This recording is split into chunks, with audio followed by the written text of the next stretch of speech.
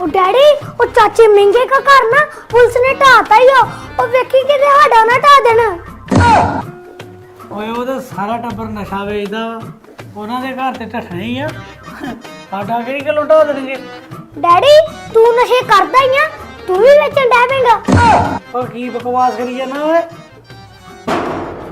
ਉਹ ਬਾਹਰ ਵੇਖ ਕੌਣ ਆਇਆ ਵਾ। ਪਾਪਾ ਪੁਲਿਸ ਆਈ ਜੇ।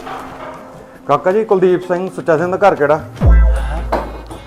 ਉਹ ਜਨਾਬ ਕੀ ਗੱਲ ਹੋ ਗਈ ਆ, ਉਹਨਾਂ ਨੇ ਕੀ ਕਰਤਾ ਵਾ? ਪਤਾ ਤੁਹਾਨੂੰ ਪਿੰਡ ਵਾਲਿਆਂ ਨੂੰ ਸਾਰਾ ਹੀ ਆ, ਉਹ ਕੀ ਕਰਦੇ ਆ। ਅੰਕਲ ਕਿਤੇ ਤੁਸੀਂ ਸਾਡਾ ਘਰ ਤੇ ਨਾ ਢਾ ਦੋਗੇ। ਨਹੀਂ ਬੇਟਾ, ਪੰਜਾਬ ਸਰਕਾਰ ਨੇ ਇੱਕ ਮੁਹਿੰਮ ਚਲਾਈ ਆ, ਯੁੱਧ ਨਸ਼ਿਆਂ ਵਿਰੁੱਧ। ਸੋ ਜਿਹੜੇ ਨਸ਼ਾ ਵੇਚਦੇ ਆ ਨਾ, ਉਹਨਾਂ ਦਾ ਅਸੀਂ ਪੰਜਾਬ ਵਿੱਚੋਂ ਖਾਤਮਾ ਕਰਨਾ। ਤੇ ਅੰਕਲ ਜਿਹੜੇ ਨਸ਼ਾ ਕਰਦੇ ਆ ਉਹਨਾਂ ਦਾ ਕੀ ਕਰਨਾ ਜੇ?